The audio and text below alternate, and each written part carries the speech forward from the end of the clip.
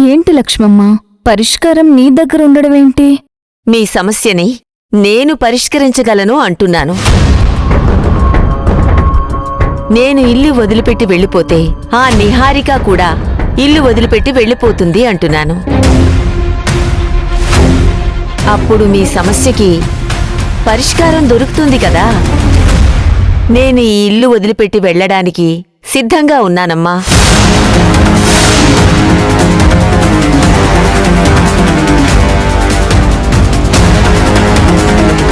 ఏంటి లక్ష్మమ్మ, ఏం చెప్తున్నావు?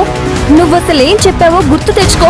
నీ ప్రాణాలున్నంత వరకు ఈ ఇంట్లో నుంచి బయటికి వెళ్ళను, నా తల్లిలాగా నాతోనే ఉంటానని మాటిచ్చావు కదా, గుర్తుందా?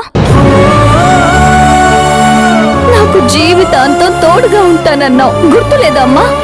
అంత మాటిచ్చిందానివి ఇలా అర్ధాంతరంగా ఇప్పుడు నన్ను వదిలిపెట్టి వెళ్తానంటున్నావు, అది కరెక్టా లక్ష్మమ్మ? అయ్యగారు ఏ క్షణమైతే నన్ను ఈ ఇంట్లోంచి బయటికి పంపించాలి అనుకున్నారో ఆ క్షణమే నేను చచ్చిపోయానమ్మగారు.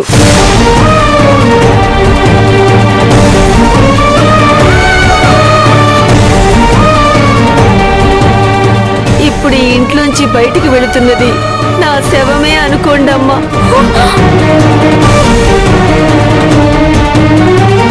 బ్రతికున్న జీవోత్సవమే వెళుతుంది అంతే. బయటికి వెళ్ళినా కూడా నేను జీవోత్సవంలాగే బతుకుతాను అంతే.